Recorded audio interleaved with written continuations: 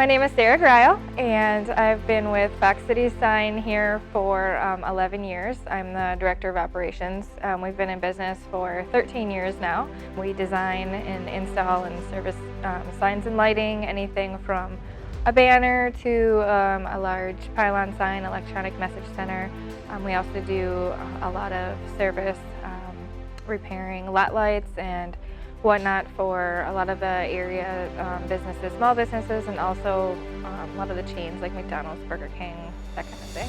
One thing that's different for designing a sign is that it's not like what an average graphic designer does. It's not like a two-dimensional thing. Our designers have to think literally outside the box. They have to look at all four sides of the sign, how certain elements are going to stick off, how certain elements are going to light from the front and from behind. So the design can be quite a process, and we really do have a great team.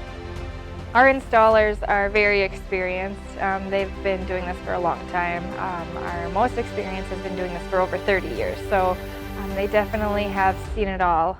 Although every day is something different, every day is a new challenge, but they have the experience behind them to know how to handle everything. What sets us apart from the rest is we specialize in service after the install.